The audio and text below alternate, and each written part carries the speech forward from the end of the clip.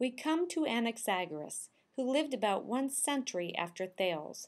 Not convinced by either Heraclitus or Parmenides, he went back to Anaximander's drawing board. He also believed in the limitlessness of existence, but now he had to solve the challenge of motion put forth by Parmenides. How were the movements of coming to be and passing away possible without a void?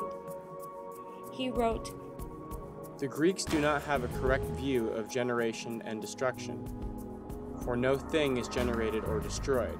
Rather, they are mingled and dissociated from existing things.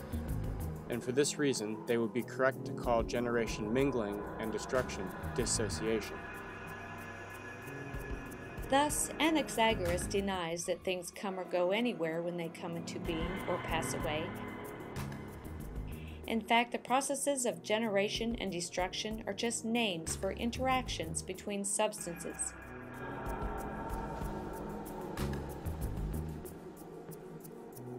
And thus he came to another different, mystical statement, that everything exists in everything.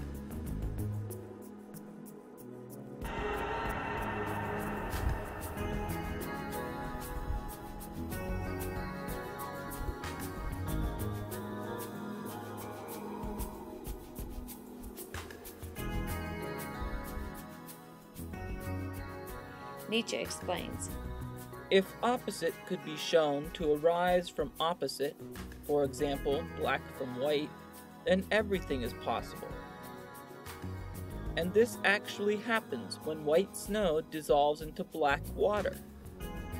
Observation of the productive processes of nature gave Anaxagoras the doctrine that everything originates from everything. He explained nutrition to himself by assuming that invisibly small components of flesh or blood or bone separate from the food and combine with their likes in the body.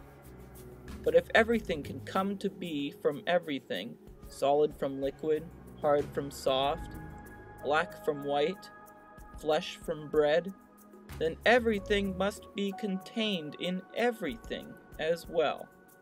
Contained in gold there must be also silver, snow, bread, and flesh, but only in very small shares. The whole thing is named for being mostly gold substance.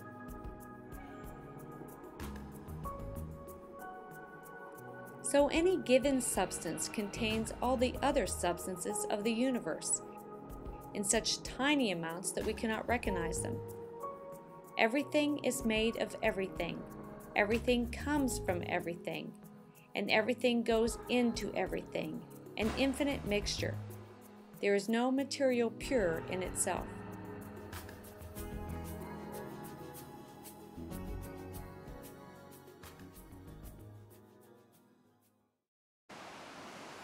Anaxagoras still has to explain how these substances began to move.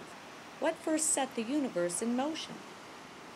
Anaxagoras proposed that there is a divine mind which acts on the universe.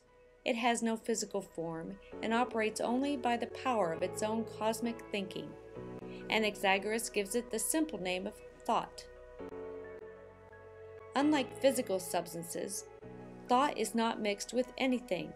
It is purely itself and nothing else.